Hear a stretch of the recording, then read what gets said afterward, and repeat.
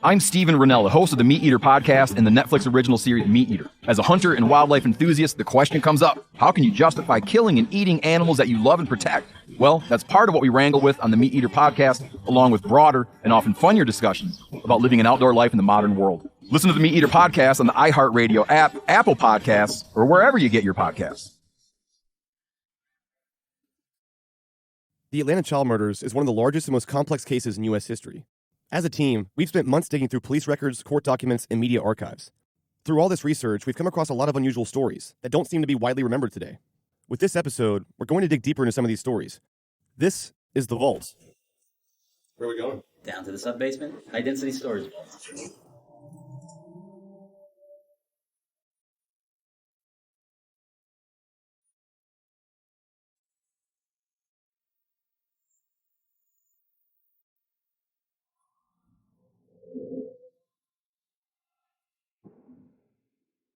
After driving around Atlanta with Jason and the team, locating some of the prevalent sites in this case, I had many more questions about the patterns of these murders, including if a pattern even existed at all.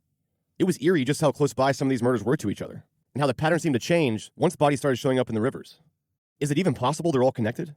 Or are there different patterns at play here? In this episode, we'll be mentioning a book called The List by Chet Dettlinger and Jeff Prug. Dettlinger was a law enforcement officer, independent investigator, and an author, and Prug was a writer for the LA Times. Though now out of print, their book remains one of the most comprehensive and critical literary sources on the Atlanta child murders. During the investigation, Chet Dettlinger focused on geography as part of his independent investigation. 7 former Atlanta policemen give about 20 hours each week to this case. One of them is Chet Dettlinger. His strength is not in investigation, but it is in analysis. He's compiled a map with 20 missing and murdered Atlanta children. He counts some Atlanta police do not count because they fit the pattern. Because if you travel Dettlinger's route, you can see most of the places where kids were snatched, or last seen, or dumped without ever leaving your car. He even believes a map he has drawn would show where the killer lives and works and plays. Dettlinger believes the killer lives somewhere near Memorial Drive and 2nd Avenue, may hang around near Hollywood and Hightower, and works somewhere between Red Wine Road and Stewart Avenue. I have someone at this point, someone at this point, someone at this point, and at this point, and I'd be looking for the same car or the same individual to come by that place, and I'd keep them there. And I'd find out, do we have a person passing these points? I mean, we've already got 20 kids dead. And I would find out, and if it showed up, if the same person showed up more than, say, 2 or 3 times at the different points on this route, I think I'd have a suspect. Furthermore, Dettlinger says the official task force can no longer deny some of these cases are related. I think maybe the kids aren't connected, but the geography sure connected, because this child came from here to here, this child came from here to here, and this child came from here to here.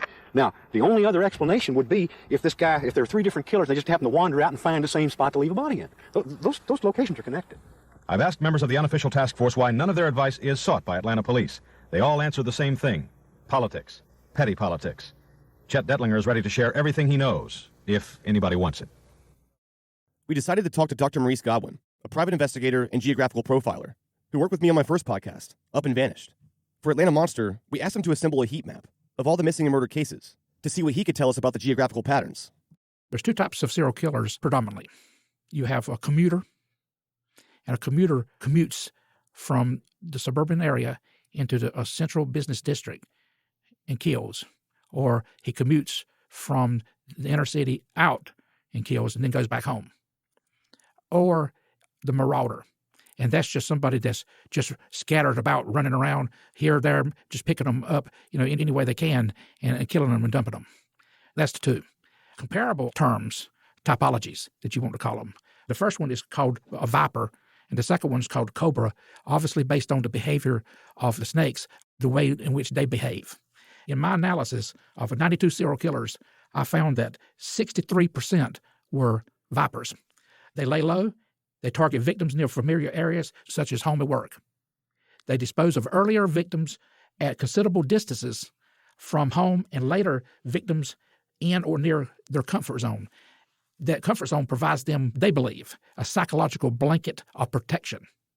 37% were cobras. Huge difference there. Huge difference. This relates also to a criminal behavior. This type of predator cobra is what we call a hunter. They target victims outside of their comfort zone. So they're not too worried about that blanket of protection. They dispose of each victim at a considerable distance from home and later victims in or near their comfort zones.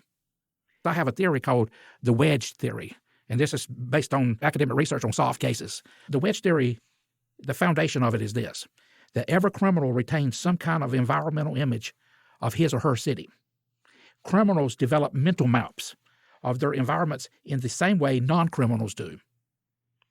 For example, you go to the grocery store, you take a right out of your driveway, and you go to the shopping center a particular way. Rarely do you deviate from those things. Most people do not deviate. And then finally, criminals use their mental maps thereafter as a spatial frame of reference. That's the foundation of wedge theory. It's sort of shaped like a windshield wiper effect. The home base would typically be near the sharp point of the wedge, and the crimes will be dispersed outward toward the wide part of the wedge. In the Atlanta child murder case, I had geographical coordinates. I plotted the 33 locations dealing with these murders.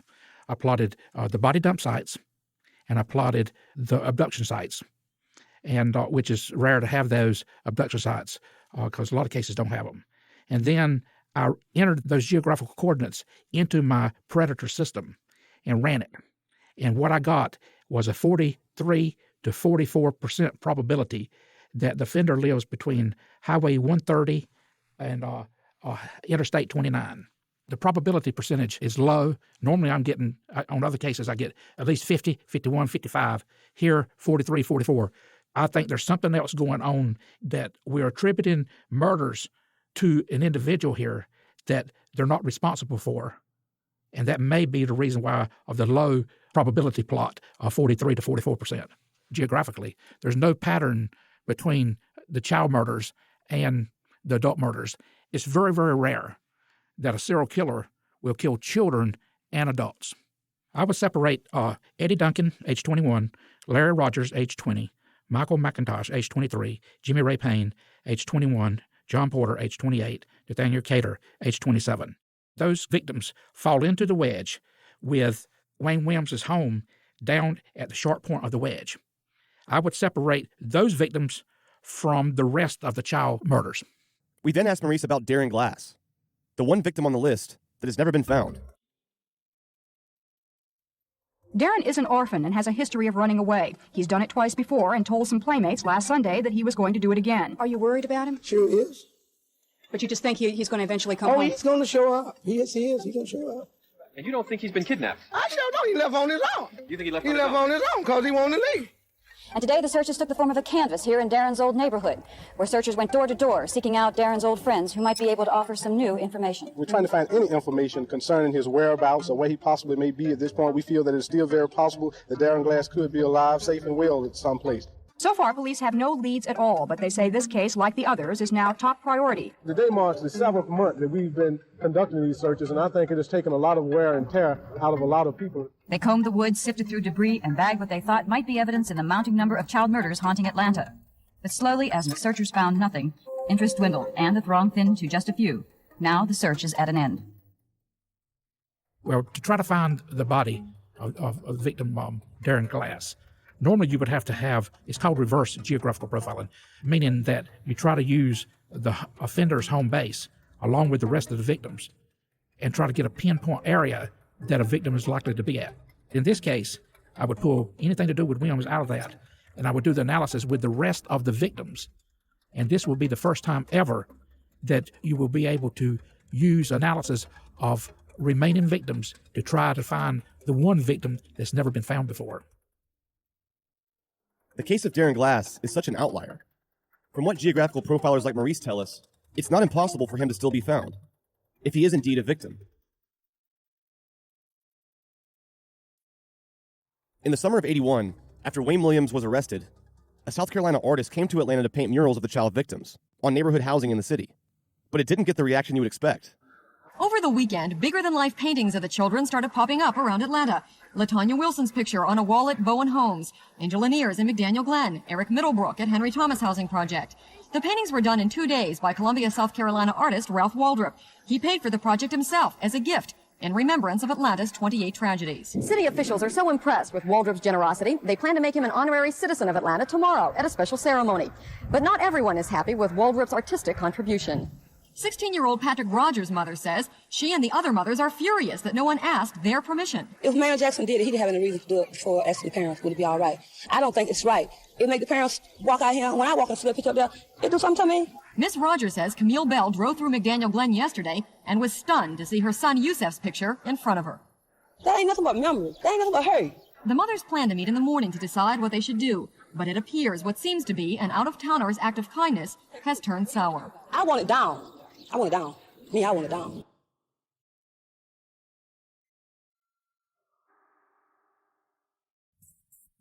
I'm Steven Ranella, host of the Meat Eater podcast and the Netflix original series Meat Eater. As a hunter and wildlife enthusiast, the question comes up, how can you justify killing and eating animals that you love and protect?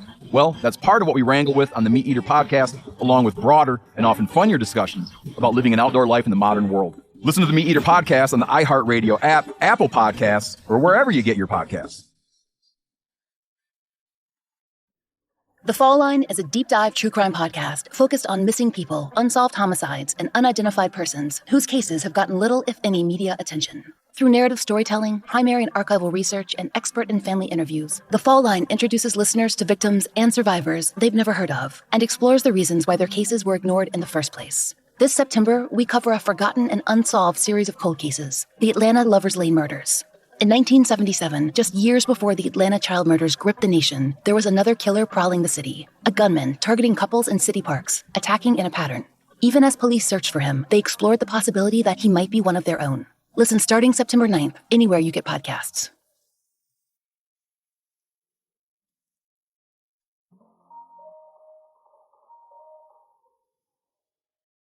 On October 13th, 1980, during the height of the hysteria around the Atlanta child murders, an explosion devastated a local daycare center, killing 4 young black children. The explosion happened at a time when no suspect was in custody, and rumors circulated constantly about KKK connections. At 10:22 on October 13th, an explosion with a force of 75 sticks of dynamite ripped the roof off the daycare center. 4 3-year-old boys were killed instantly. So was their teacher. 6 others were injured. The black community was panicked. 9 children in Atlanta were already murdered. Now this. They insisted the explosion was a bomb, some sort of sick conspiracy against blacks. Mayor Jackson and others tried to convince them otherwise. The biggest rumor running through this crowd was that the explosion was caused by a bomb. Tension began to build because these people needed to blame something for the tragedy they had just witnessed. Downtown is your place. Downtown, where the man lives, where the man goes. Downtown, where all of the councilmen. Downtown, where the jailhouse is. That's where we need to be.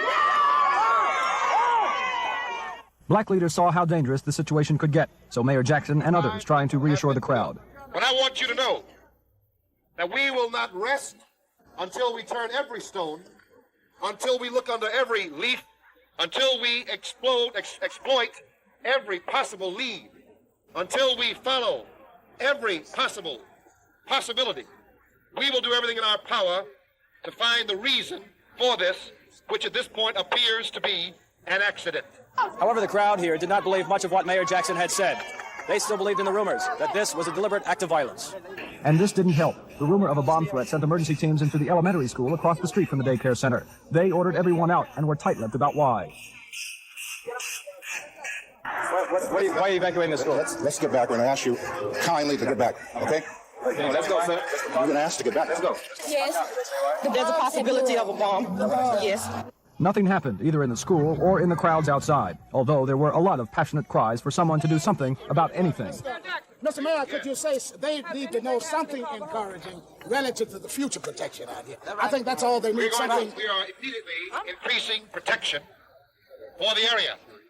We will do everything in our power to increase protection for the area. Later, a police investigation showed the explosion was an accident. A poorly maintained boiler blew up. As tragic as it was an accident.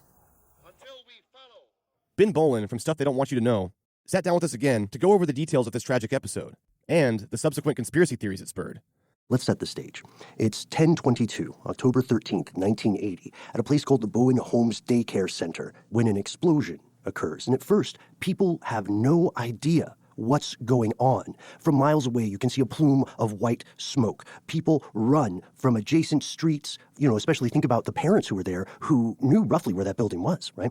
Hundreds of people are mobbing the area, teachers running out with their children. We would later learn that 5 people passed away in that explosion. There were 4 children, Andre Stanford, Ronald Brown, Kelvin Snelson, and Terrence Bradley. These boys were all around 3 years old. In addition, a teacher named Nell Robinson also passed away, and 6 to 7 people were injured. The public immediately thought there was a bomb. And in the archival footage, you can hear people in the back saying, it was a bomb, go downtown, it was the Klan did it. This panic was compounded by the fact that the elementary school across the street was also evacuated, and law enforcement refused to say why. And in the absence of transparency, of course, speculation grows. And so all it takes is one person to say, I heard that there's a bomb in there, right? And later, officials would say that the explosion was caused by a boiler, right? What's called a water tube boiler.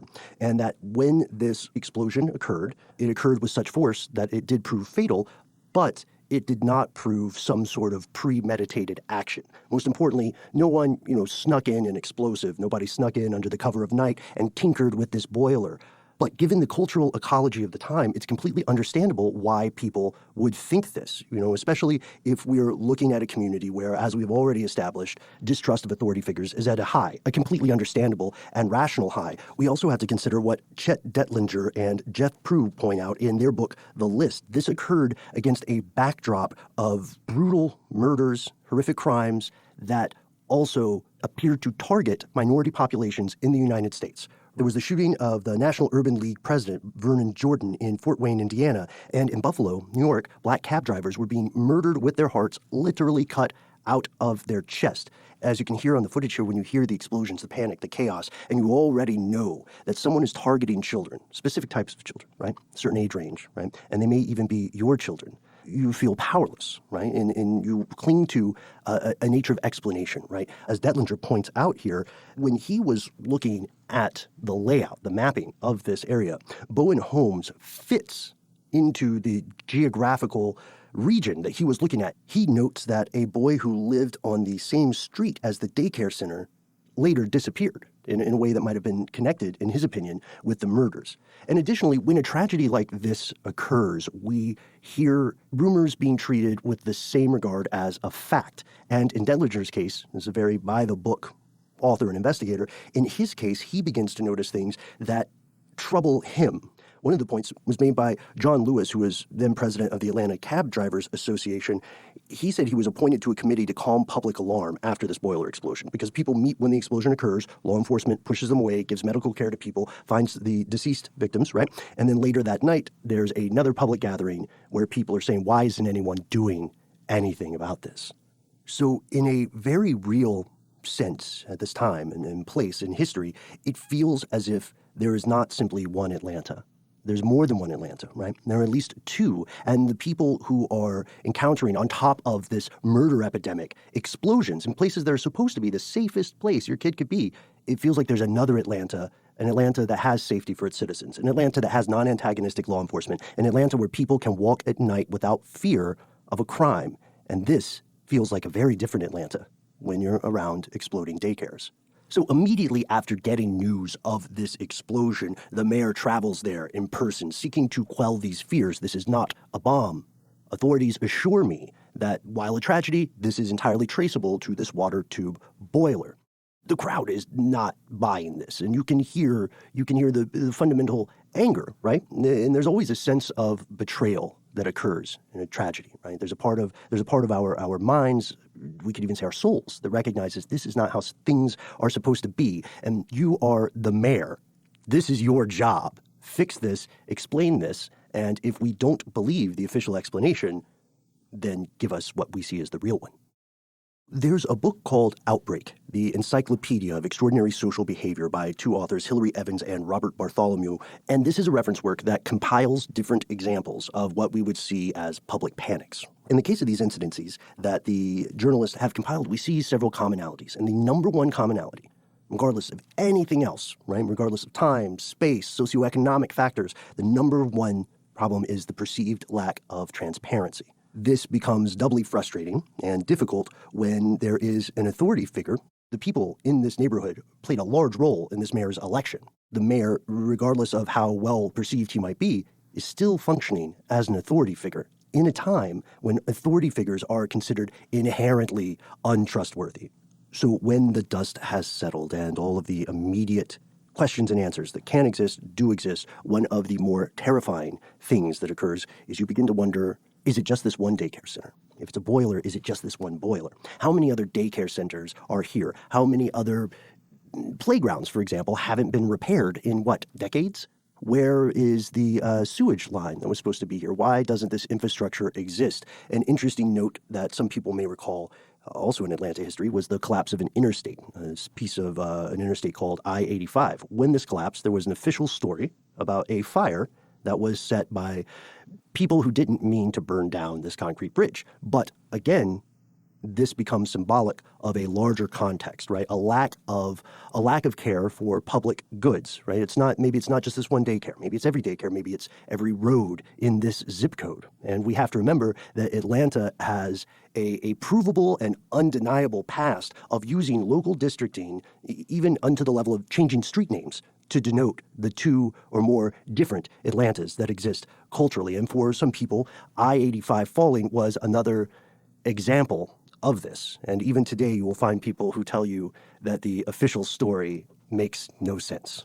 So it's tempting for us as people to look at history as something that is disconnected. It happened once. We're done with it. We can read about it if we want to. That could not be further from the truth. History never leaves us. And in the case of the Bowen House Daycare Center, the story continues. Yes, this tragedy occurs in 1980. Soon after, the community comes together and they rebuild the daycare center. It was one of the most horrible tragedies Atlanta had ever seen. But in time, attention turned toward making sure a tragedy like this could never happen again. The state legislature passed new laws tightening up the requirements for boiler operation and inspection. And in May, the rebuilt Bowen Homes Community Center was dedicated. A new and more modern boiler now in place. There was optimism all around. So are these long-standing infrastructure problems actually fixed? Well, the answer is no. Because in 2007, the furnace explodes again. And ultimately, in 2009, in June of 2009, the daycare center itself is demolished. The Atlanta Housing Authority took a major step today to become the first major city to tear down its public housing projects. Work has officially started on tearing down Bowen Homes. This was a powerful and emotional day for many of the residents who once lived in the Bowen Homes public housing complex. But with that comes change and uncertainty. On reflection, there's no question that this is the right direction. I want them to tear it down because people been getting shot in here. I hate to see it go. This is one of the oldest projects in America, so it's kind of sad to see it go. These are perfect good apartments. They wouldn't have took nothing to renovate these apartments and keep it going on. But they did whatever they had to do to make sure that they got this land and this property.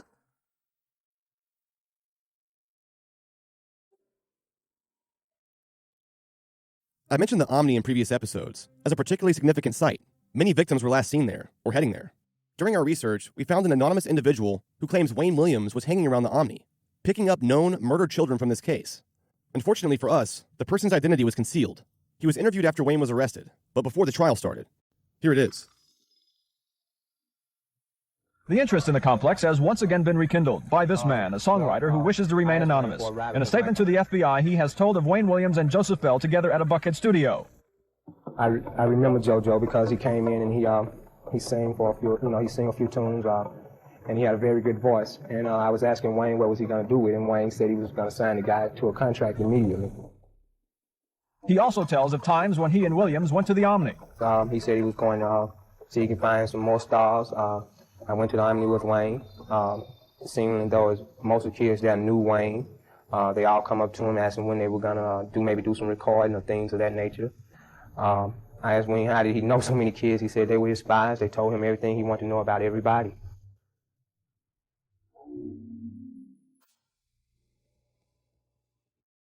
Jason from How Stuff Works and Meredith from our team here at Tenderfoot sat down together to discuss the contents of a 1981 Us Weekly magazine, a double-issue feature on Wayne Williams. Wayne was arrested for the murders of two black males, Nathaniel Cater and Jimmy Ray Payne, that same summer. Until January of 1982, Williams remained in custody, awaiting his trial. Before the trial began, while still in prison, Williams shocked the country by giving an exclusive interview with Us Weekly. The interview itself infuriated the judge and police officials working on the case. The main reason for today's order was this magazine article to be released next week. We were hoodwinked into allowing it to happen, and I don't appreciate it. That, of course, was the sheriff's reaction today to the article. When he and the judge in charge of the case read it last night, they were both shocked, and sources say Judge Clarence Cooper was outraged. For most of the morning, they both sought out this woman, defense attorney Mary Welcome. Last night she told us she knew of the article but would not say any more. Well, today she did say more to the judge and sheriff. Apparently, the reporter, a freelance writer, came into town the weekend of August 22nd and 23rd. Today, over the phone, Mickey Siegel told me she went along with Miss Welcome to the jail. When asked who she was, the reporter gave her name, then Miss Welcome said the woman was with her. No more questions were asked by the jailers. I asked Ms. Welcome, did you tell them that she was a newspaper reporter? She said, no, they didn't ask me. But again, I didn't think it was necessary to ask a lawyer, are you doing something you know we do not allow? Us Magazine paid the writer for the story, which has a part 2 for a later issue, and we've learned Homer Williams, Wayne's father, was paid $350 for the use of these family pictures. No other money was reportedly paid for the story. The writer now says she plans to write a book about the Atlanta murders. The story is headlined on the cover, but it's what is inside that is bound to raise a few hackles. Williams is highly critical of police conduct, beginning with the night he was stopped and questioned on a bridge over the Chattahoochee River. The 2 men he's charged with killing were found a short time later in the river.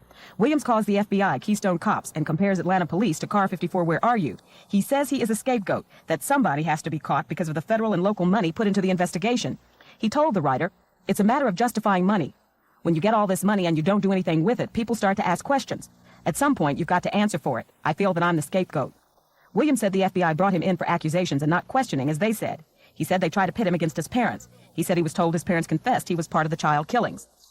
In the article, Williams again said he is innocent, and even says he did not know the 2 he is charged with killing, Nathaniel Cater and Jimmy Ray Payne. The magazine promises a second installment in the interview they say was conducted at the jail. We'll hear more about this later. This is Monica Kaufman.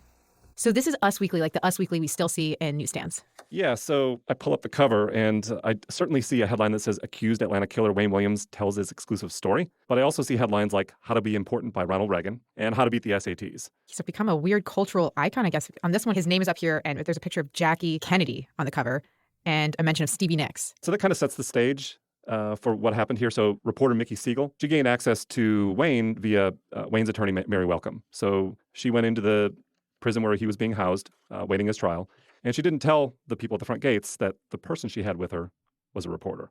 And this caused a ton of outrage once this was found out by the judge and the other police officials, the fact that she did not identify the reporter. So this is how it all started. So Mary Welcome was Wayne's attorney, and she thought this was a good idea? I don't know whose idea this was. I have a feeling that in the midst of all the hubbub of this pretrial kind of intensity and news, that most people, probably including Wayne Williams, forgot about this interview. Because a lot of what we've uncovered here seems to contradict a lot of what we've heard on the podcast. But Wayne willingly knew he was talking to a reporter, it seems like. Yeah, oh, definitely. Wow. And the article actually kicks off in this way. I find this fascinating, and we'll get into this. So, sleeping in odd snatches, reading book after book, watching TV endlessly, Wayne Bertram Williams sits in Georgia's Fulton County Jail.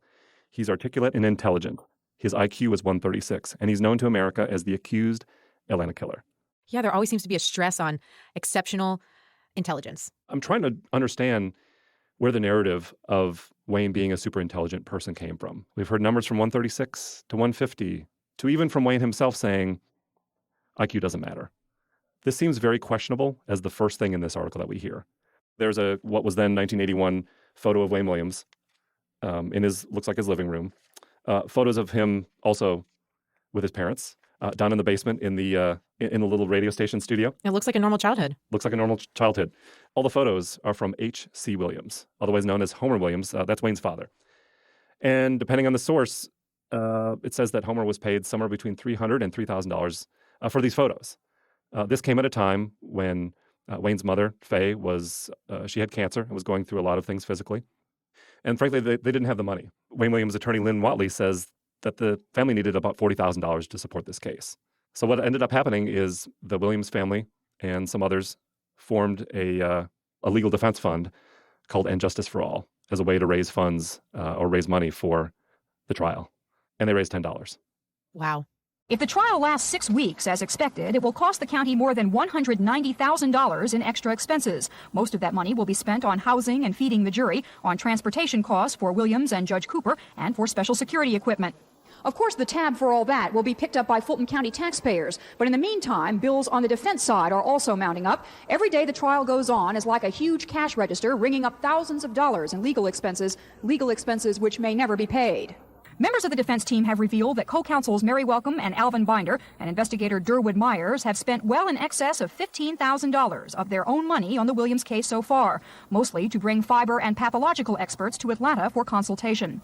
The trial has also been a financial drain on Williams' parents. Homer and Faye Williams are retired school teachers. They say most of their savings have been spent supporting their son's home radio station and his musical promotion business. A recent highly controversial magazine interview in which Wayne Williams calls the FBI Keystone Cops netted the family $2,000. But lawyers say it will take thousands more to defend Williams. They have launched a nationwide appeal for money, trying to raise an immediate $40,000. The fact that you have so much evidence that's going to concern forensics, acoustical tests, fiber evidence, and it's going to be necessary to employ experts in order to effectively assist in Wayne Williams' defense.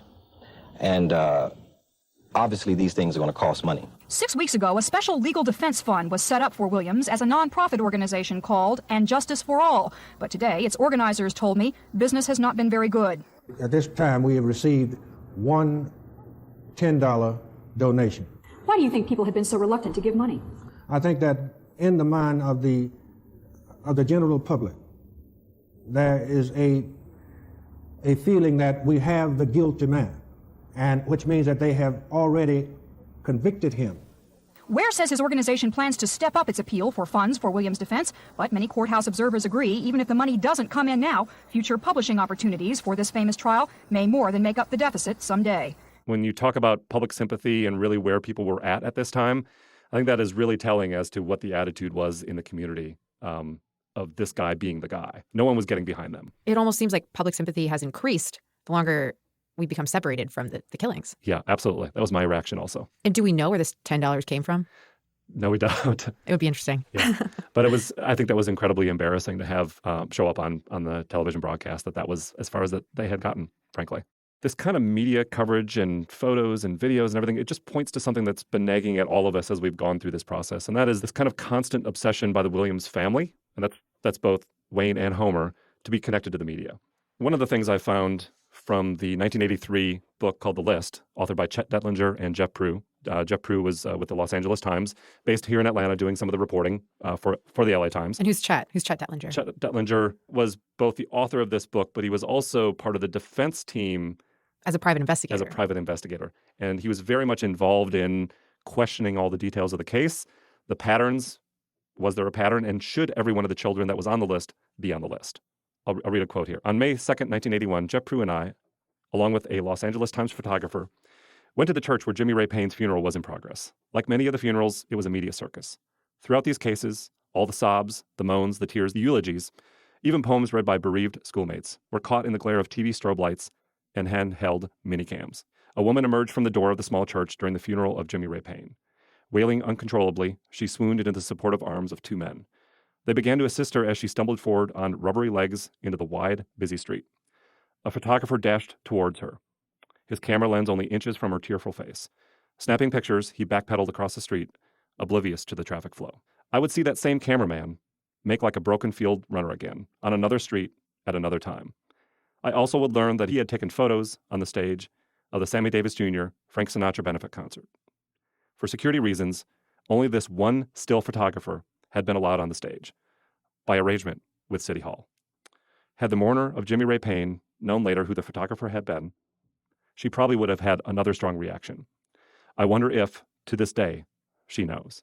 So the photographer that was at Jimmy Ray Payne's funeral, the one he's mentioning, was the same one who was on stage that we've seen in those archive clips. That's right. So in the course of our research, as you know, in the 2010 CNN documentary on the Atlanta child killer, who was on stage? Homer Williams. That's right. He was the only one. And what did Frank Sinatra say to him on stage? Didn't he say something along the lines of like, who let this guy up here? He kind of like shamed him for... The only one that wasn't wearing a tux. Wasn't wearing a tux, yeah. Right. So Chet Dettlinger doesn't come out and say Homer Williams at all. But when you put connect the dots and put two and two together, you see the connection between Homer Williams at Jimmy Ray Payne's funeral and at the benefit concert. And it does seem like a really odd coincidence to have the father of the man convicted as the Atlanta child murderer be at funerals, be on stage at a benefit to raise money to find the serial killer. I mean, we did see, like, in the FBI profile that this would be someone who'd be close. Yeah. So what are the chances that it would be the convicted person's father? All right, so let's get into a little bit of the Q&A with Wayne done in prison. Yes. Some of the narrative from Mickey Siegel says, interviewed at the jail, he appears shorter, more frail, and a little bit pudgier than expected. He peppers his sentences with phrases like, let me say this, and you've got to understand, as to be very precise or to distance himself from what he's saying. In addition, the phrase being in control comes up several times in our talks. Though he denies it, this appears very important to him. Wow, that's spot on. You've got to understand. I mean, you and I have both heard the interviews. Yeah. He still says that. Yeah. I could hear Wayne's voice as I read this. And what's the other catchphrase? It was, let me say this, and you've got to understand. So you really grip whoever he's talking to. Yeah. That's a control thing. Yeah.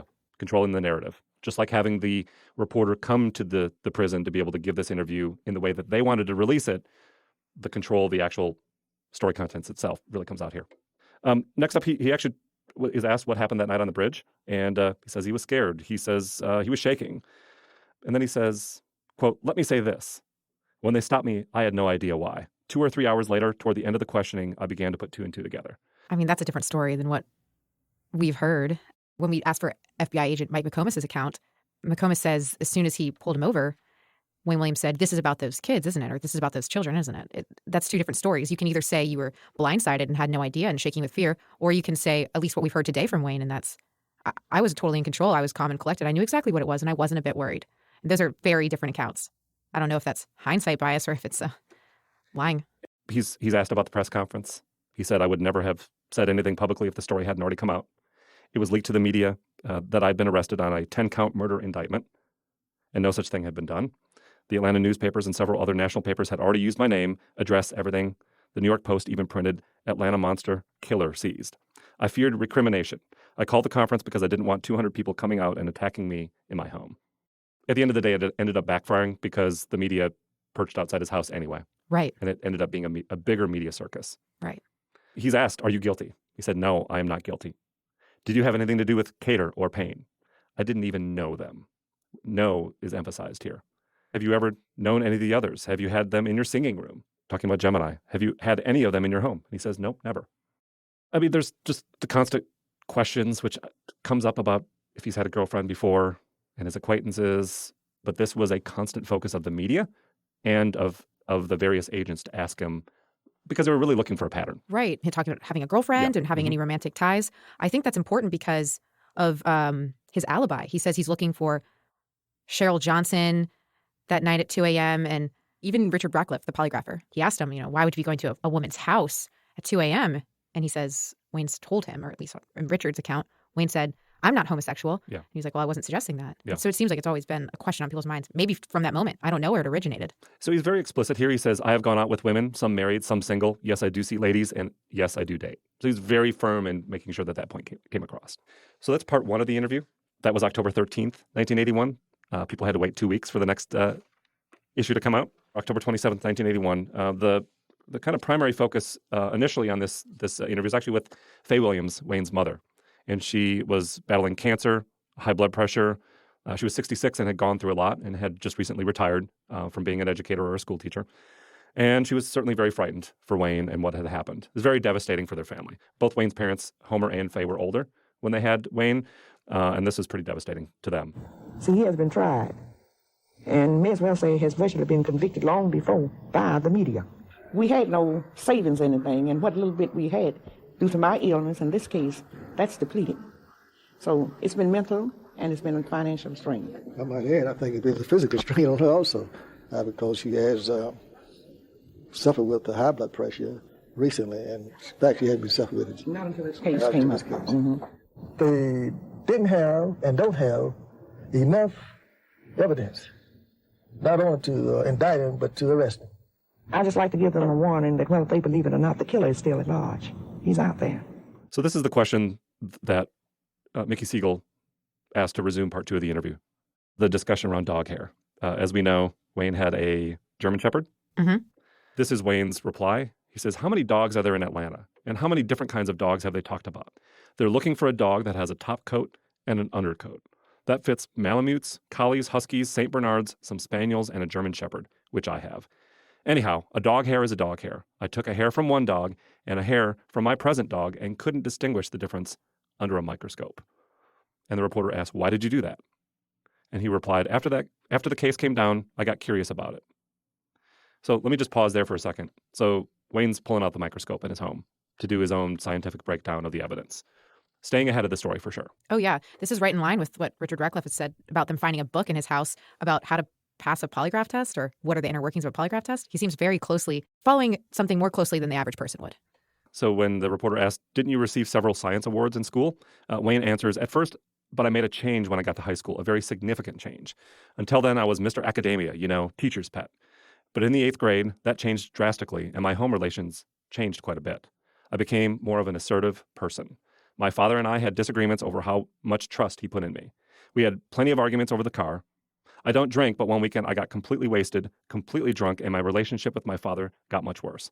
He was pushing me for an education, but I had only applied myself in school when I had to because I had my radio station by then. Correct me if I'm wrong, but it almost sounds like he's trying to distance himself from the intelligent, for lack of a better word, dorky kind of image he was given, and almost sound like cool and rebellious. And he's using the media as a platform, is what it sounds like, to further the vision he wants of himself. One of the questions that kind of was on everyone's mind is, with so many kids having gone missing and many of them showing up murdered, of course, his connection to adolescents that were involved in the music business with him.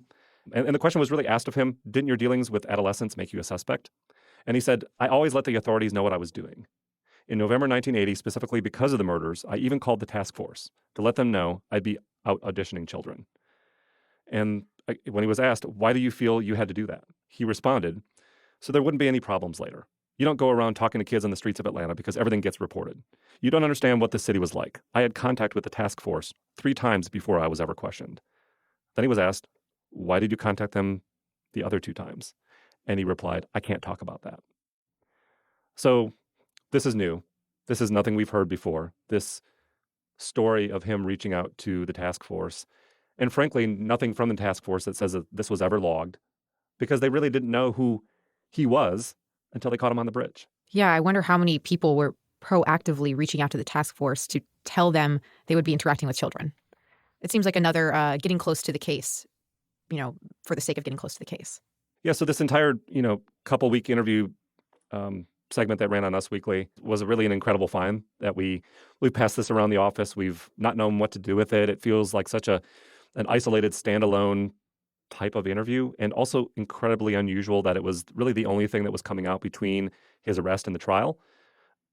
I almost don't know what to make of it still. And it's odd that it was almost smuggled in by his own lawyer. Yeah.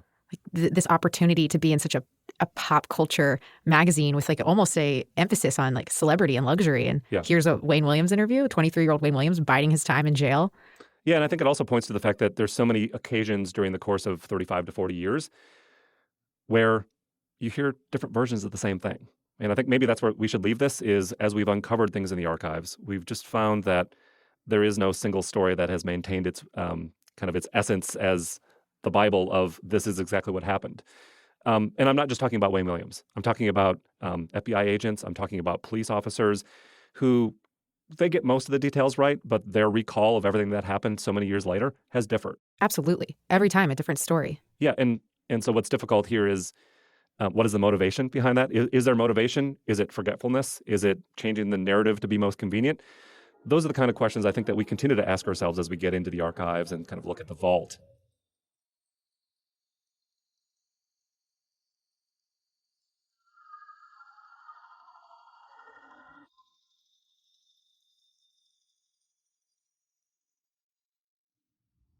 One of the most unusual stories we've heard so far is this one. It involves a woman and her husband driving through a cemetery and witnessing a struggle between a man and a young black child. But despite being on television and being submitted to the task force, this story never seemed to lead anywhere. This is Southview Cemetery off Jonesboro Road in southeast Atlanta. The Clayton County woman and her husband, whom we're not identifying because if they did see the killers, we don't want them to have a way of tracing them. The Clayton County woman and her husband were driving on this narrow cemetery road when they saw a green car coming straight at them at a high rate of speed. Her husband swerved to the side to get out of the way. They say they've reported it to the task force by phone, but the task force hasn't got back to them for an in-person interview. The driver was tall, and he's a light-colored black man. and the other one was darker black. And he had on a wig. It was a reddish brown. I know it was a wig because he was losing it because it was a child in the front struggling. He was struggling with that child, but he had broad shoulders. But his head came about like mine, so he would be about my height. But the other one was tall. His head almost touched the roof. But I know it was a wig because it was falling off. You're sure you saw a child in the car? Yes, I saw it because it was just back and forth like that, and like that was trying to hang on to that child. It was a boy between the ages of about 10 and 12, and he had a short haircut. You think you could identify these two men? Yes, and the one with the wig had on glasses. I could identify him.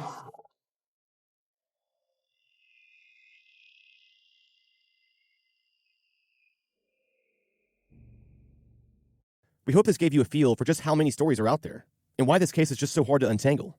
Lastly, we'd like to play you a song that the Atlanta officials promoted in 1981, in the wake of the poor PR the city was facing. The song is called Let's Keep Pulling Together Atlanta, and was broadcasted throughout the city. The video features black and white citizens, standing side by side, and pulling a never-ending rope. Glossing over the obvious racial tension at the time, it's not hard to imagine that it wasn't entirely well received. You decide. We'll leave you with this. Thanks for listening to the first episode of The Vault, and be sure to tune in next Friday for episode 8. See you next week. The things we do, the things we say, are showing that we care. There are hills to climb that touch the sky, but with courage and leisure, no hill is too high. Let's keep pulling together, Atlanta. Keep on pulling together, keep pulling that rope. It's our symbol of faith.